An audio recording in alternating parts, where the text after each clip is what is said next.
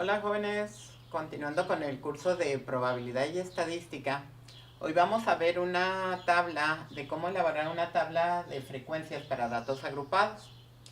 Ah, la estadística actualmente con la herramienta del Excel nos facilita muchísimo el trabajo de prácticamente todo lo que se hace con estadística. La herramienta de Excel, este software, nos puede ayudar grandemente para resolver todas nuestras situaciones que vamos a irnos enfrentando en el curso. Sin embargo, pues tengo que dar la explicación de cómo hacer estos procedimientos de una forma manual. Aunque al fin de cuentas, pues de todos modos nos vamos a estar ayudando de esta herramienta que es el Excel o alguna otra tabla que nos ayude a manejar datos. Uh, lo más común es Excel y tiene precargada muchísimas fórmulas de las que vamos a estar utilizando en el curso de estadística. En esta ocasión vamos a estar haciendo, les decía, una tabla de frecuencias para datos agrupados y estos van a ser los datos que voy a apoyarme para hacer esta tabla. Son datos que van desde 4.7 a 10. Vienen siendo calificaciones de un examen que se les aplicó a 96 alumnos. Aquí tenemos 96 datos, entonces vamos a ver cómo los podemos representar en una tabla de frecuencia. Entonces vamos a empezar primeramente sacando el rango de estos datos. Entonces el rango, ese va a ser como quien dice el paso 1. Tenemos el rango que va a ser igual al dato mayor menos el dato menor.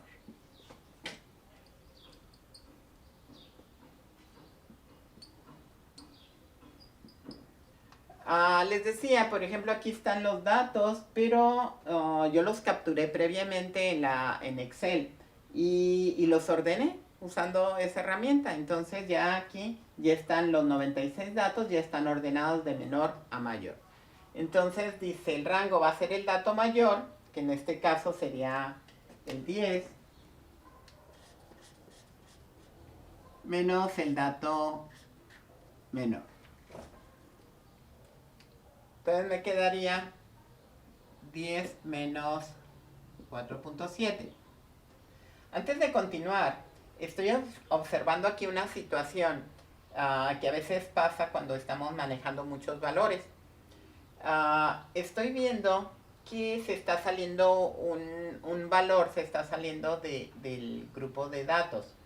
Observen cómo de este valor, el menor, al siguiente, que es 5.7, hay una diferencia de un número, de un entero. Sin embargo, esa situación no se vuelve a presentar. De aquí, del segundo al tercero, nada más tenemos 3 décimas de diferencia. Aquí tenemos 7 décimas, aquí tenemos 3, aquí 4 décimas. Conclusión, lo que quiero que observen es que este número se está saliendo del rango que estamos manejando de datos. También para acá al extremo están muy contiguos los números. Entonces cuando tenemos alguna situación así que un dato se sale en una manera considerable del grupo de datos, podemos eliminarlo. ¿Qué es lo que voy a hacer yo en esta ocasión? Voy a eliminar este valor.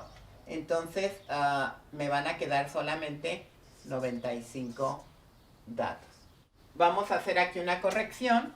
No voy a usar el 4.7, voy a usar el 5.7. Entonces, 10 menos 5.7. Entonces el rango va a ser 4.3. El siguiente paso va a ser la selección de número de clases.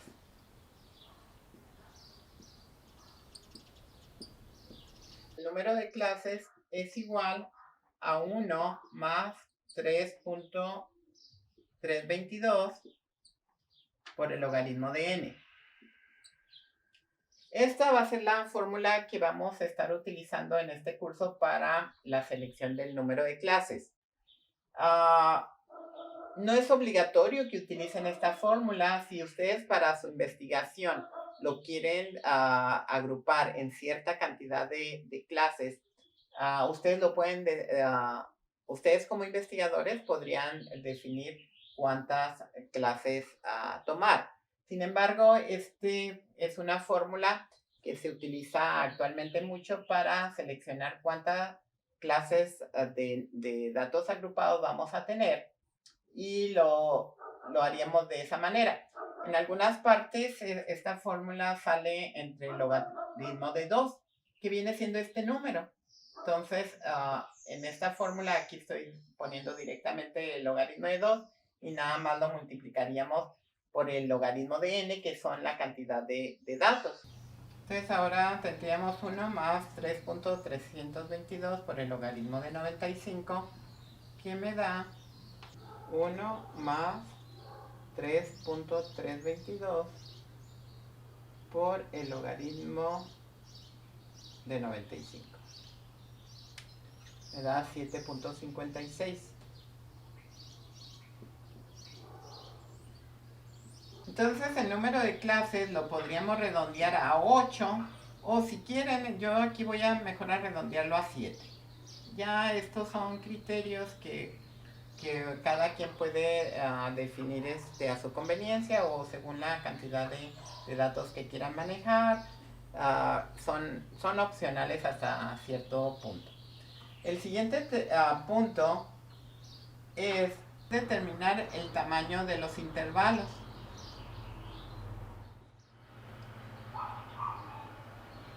Que viene siendo el número, es el rango entre el número de clases. Entonces tenemos que en este caso el intervalo va a ser entre el rango, que es 4.3, entre el número de clases que decidimos o decidí que fueran 7. Entonces vamos a tener una longitud de intervalo, o el intervalo va a tener la medida de 4.3 entre 7. Nos da 0.6142.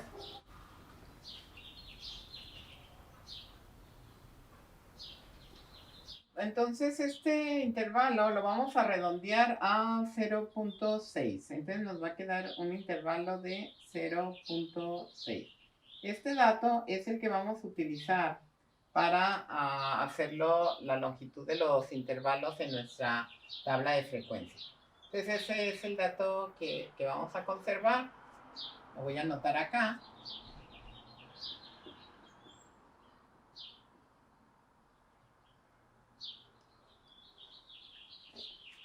Para empezar a hacer nuestra tabla de frecuencia. Entonces esto va a ser la tabla de frecuencias. Vamos a explicarles cómo la van a ir llenando, ¿sí?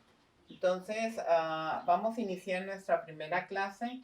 El intervalo de la primera clase tiene que iniciar en el dato menor, en este caso 5.7, ¿sí? Pero vamos a manejar primero los límites reales, que eso es un valor menor a este en la mitad de las unidades que se están utilizando. Por ejemplo, aquí nuestros valores tienen una décima. Bueno, mi intervalo de clase va a empezar a la mitad de una décima, o sea, la mitad serían 5 centésimas.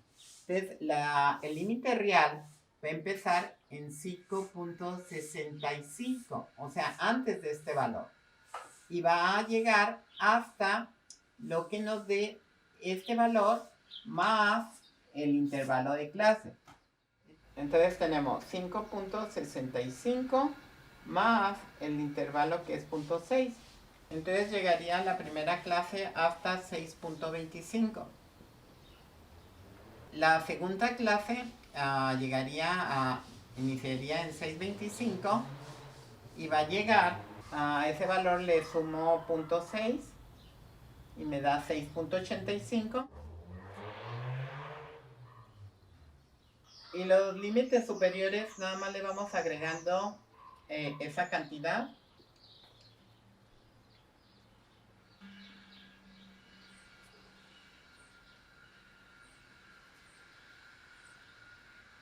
Entonces, para los límites superiores le vamos agregando el punto 6 y en este caso llegamos al 9.85. Este problema se nos presenta debido a que aquí nos faltó considerar una decimal. Había más decimales y ese error se va recorriendo de tal manera que a veces el límite superior de la última clase nos queda antes o a veces nos queda después, depende de cómo hayamos hecho el redondeo, y nos queda desajustada la última clase. Lo vamos a ignorar, vamos a decir que la última clase queda en el límite superior, en este caso en 10, y de esa manera vamos a estar trabajando. Estos fueron los límites superiores reales de clase. El límite inferior, este mismo valor lo pongo aquí. Lo escribo aquí. Y así.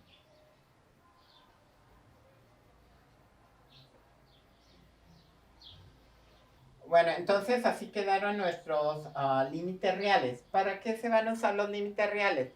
Bueno, cuando estemos haciendo nuestras gráficas, hay algunas gráficas, por ejemplo, en lo que conocemos como histograma, que son estos valores los que vamos a considerar para nuestra gráfica. Sin embargo, el intervalo de clase, por ejemplo, esta va a ser de 5.7 a 6.2. Y la siguiente clase va a empezar en 6.3 hasta 6.8.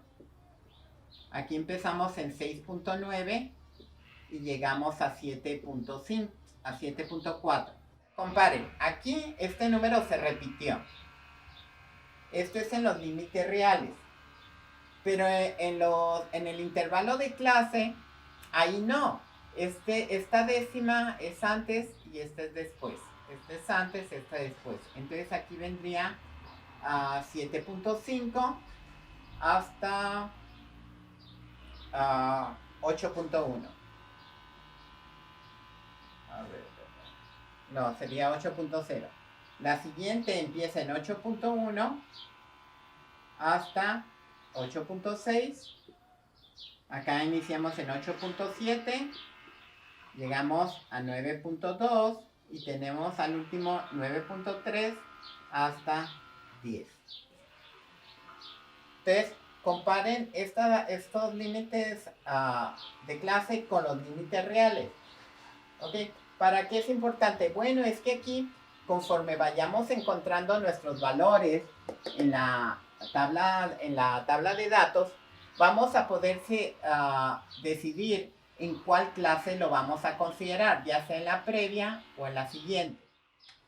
Continuando ahora con las marcas de clase, la definición es de que vamos a encontrar el valor que está a la mitad de estos dos valores, o sea, es el valor que queda exactamente a la mitad. ¿Cómo le podemos hacer? Bueno, sumando los dos valores y los dividimos entre 2. 5.7 más 6.2 igual entre 2. Sería 5.95. Y hacemos de la misma manera el cálculo para la marca de clase de los siguientes intervalos.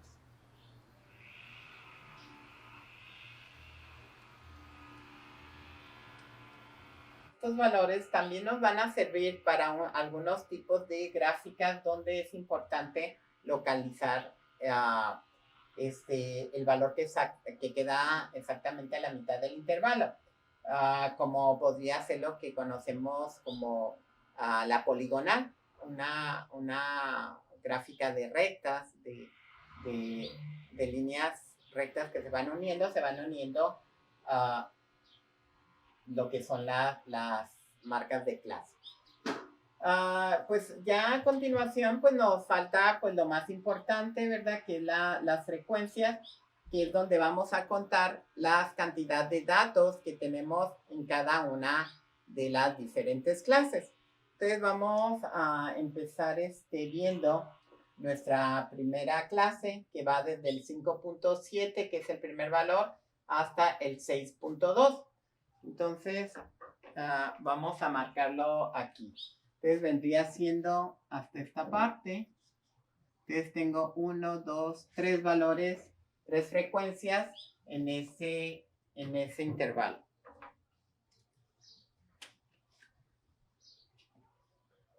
La siguiente clase llega hasta 6.85, hasta 6.8. ¿Sí? Entonces vendría siendo hasta aquí, hasta el 6.7. Ahí tenemos 2 frecuencias.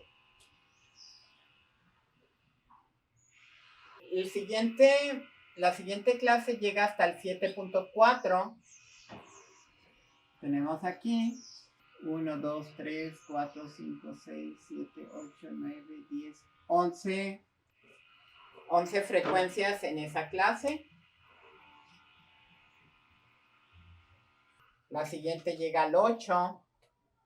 Entonces sería hasta este valor. Y vemos que son 1, 2, 3, 4, 5, 6, 7, 8, 9, 10. 10 frecuencias en esa clase.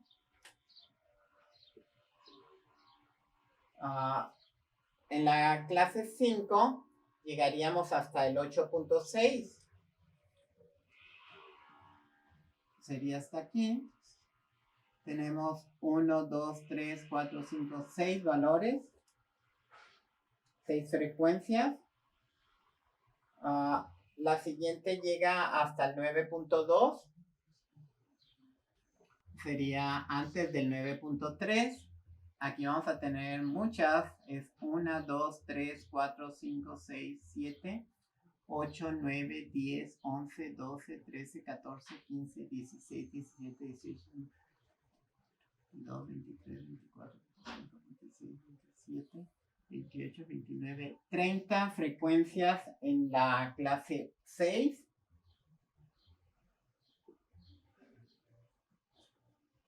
Y en la última clase, pues son los valores que faltan, ¿verdad? Estamos hablando de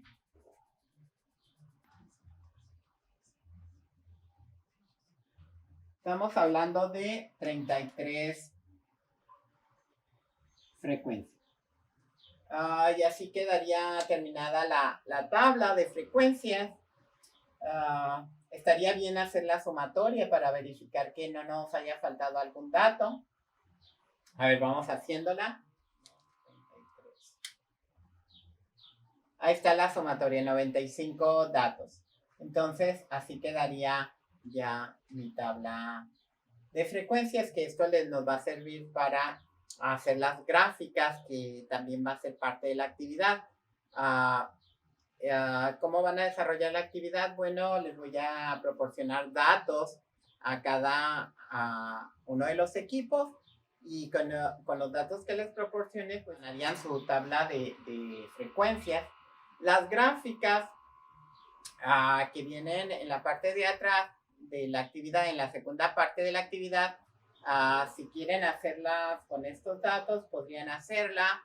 Si no, más que nada ahí estamos trabajando lo que es las figuras, cómo son las diferentes gráficas que vamos a estar manejando en el curso. Si la hacen con estos datos, qué bien. Si no, si nada más lo hacen como una representación, también lo vamos a considerar. Y después vamos a tener oportunidad de ir analizando más tablas de frecuencias y a ir haciendo más gráficas. Todo este procedimiento pues tratamos de hacerlo de manera manual. Hay métodos para hacerlos en Excel, les decía, también apoyándose con esta herramienta. Son mucho más exactos, más precisos, y también sería bueno que las practicaran. Jóvenes, esta es la explicación del día de hoy. Espero que puedan desarrollar la actividad adecuadamente. Nos vemos en el próximo video. Bye.